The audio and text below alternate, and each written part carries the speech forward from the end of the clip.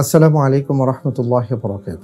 দুঃখজনক হলেও সত্য, আমরা হজে যাই, আমরা ওমরায় যাই, কিন্তু সব হজ আর ওমরা যেন আমরা জেদ্দা এয়ারপোর্টে অথবা মদিনা এয়ারপোর্টে রেখে বাংলাদেশে কিছু উপহার উপঢৌকন নিয়ে আসি। আসল শিক্ষাটা আমরা নিয়ে আসতে পারি না। এটা কেন হচ্ছে? লক্ষ লক্ষ টাকা ব্যয় করে যারা হজে যাচ্ছেন বা ওমরায় যাচ্ছেন, তারা যদি একটু জেনে যেতে পারতেন কেন তারা হজে যাচ্ছেন। আমি বলতে চাচ্ছি যে আসলে হজে যাবার আগে বা ওমরায় যাবার আগে যদি আমাদের অনুভূতিটা জাগিয়ে তোলা যেত, তাহলে আমাদের হজ অথবা ওমরা আরো সুন্দর হতো এবং সেই হজ ওমরা করে আমরা নতুন মানুষ হয়ে ফিরে আসতে পারতাম।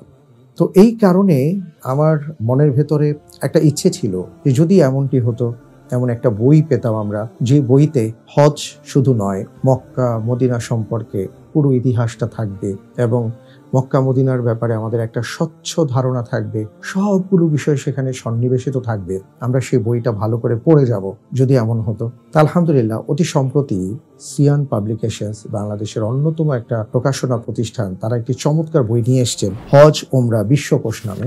সামি ইবনে আবদুল্লাহ ইবনে আহমদ আল মাগলুস তিনি মূলত এই বইটি সংকলন করেছেন বা রচনা করেছেন, লিখেছেন, এবং এটা অনুবাদ করেছে সিয়ান পাবলিকেশনস।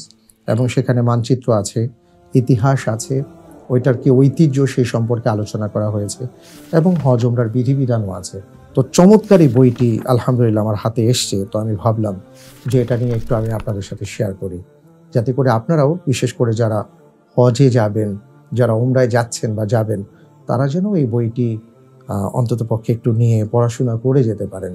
তো আমি আশা করব সেটা জানার জন্য আমরা ইনশাআল্লাহ তাআলা এই বইগুলো একটু পড়াশোনা করে তারপরে আমরা হজে অথবা ওমরায় যাব, তাহলে আমাদের হজ ওমরাটা সুন্দর হবে ইনশাআল্লাহ।